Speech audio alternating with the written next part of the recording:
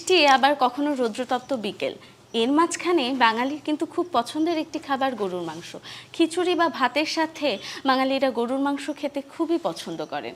প্রিয় দর্শক বন্ধুরা, আজকে আমরা চলে এসেছি নাটোরের আলাইপুরে এক বিশেষ ধরনের রান্না খেতে। রান্নাটি হচ্ছে কাঁচা কলা দিয়ে গরুর মাংস। তার আগে একটু বলে নেই, কাঁচা কলা কিন্তু প্রচুর পরিমাণ আয়রনে সমৃদ্ধ, যেটা আমাদের শরীরকে খুবই সুস্থ রাখে।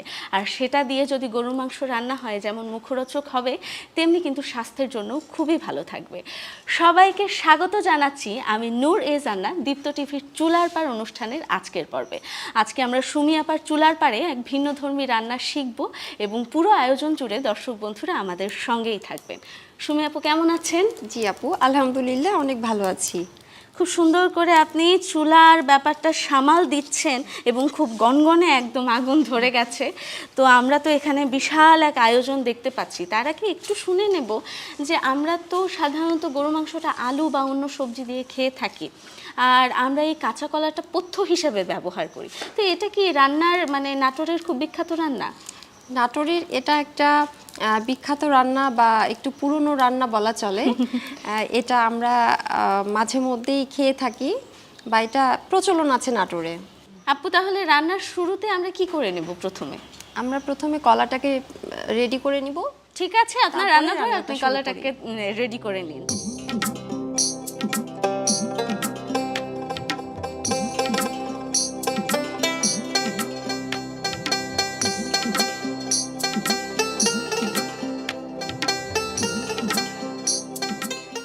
আপু একটু কষ্ট করে যদি আমাকে আটাটা দিতেন। হ্যাঁ হ্যাঁ, অবশ্যই।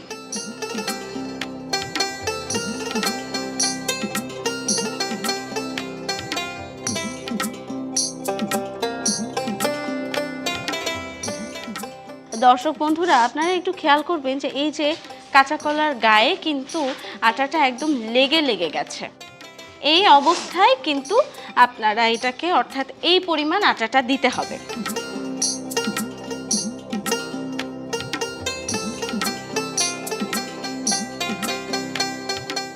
মোটামুটি তো হয়ে গেছে, একদম সাদা হয়ে গেছে। হ্যাঁ আপু, দেখেন কলাটা একদম ফ্রেশ হয়ে গেছে এখন।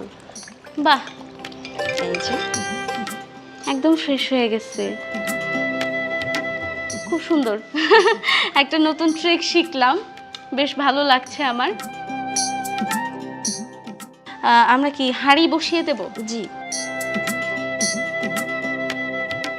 প্রথমে আমরা আগুনটাকে আগে ব্যালেন্স করে নেব। আগুনটাকে ব্যালেন্স করে নিয়ে তারপরে আমরা এটাতে তেল দিয়ে দিব। কাঁচা পেঁয়াজটা ফালি করাটা দিয়ে দিচ্ছি।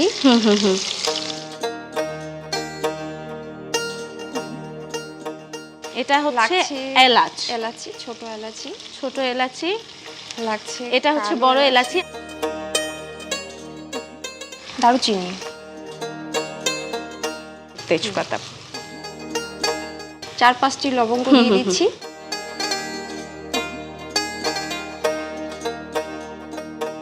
আপনার কি মাটির চুলায় রান্না করা হয়? খুব কম করা হয়। আমরা আদা বাটা দিব। এই যে এটা আদা বাটা তো। জি, একটু পানি দিয়ে দিব যেন তেলটা ছিটে না আসে। আচ্ছা আচ্ছা। এবার হচ্ছে রসুন বাটা আমি যদি দেই, এই যে। হ্যাঁ আপু,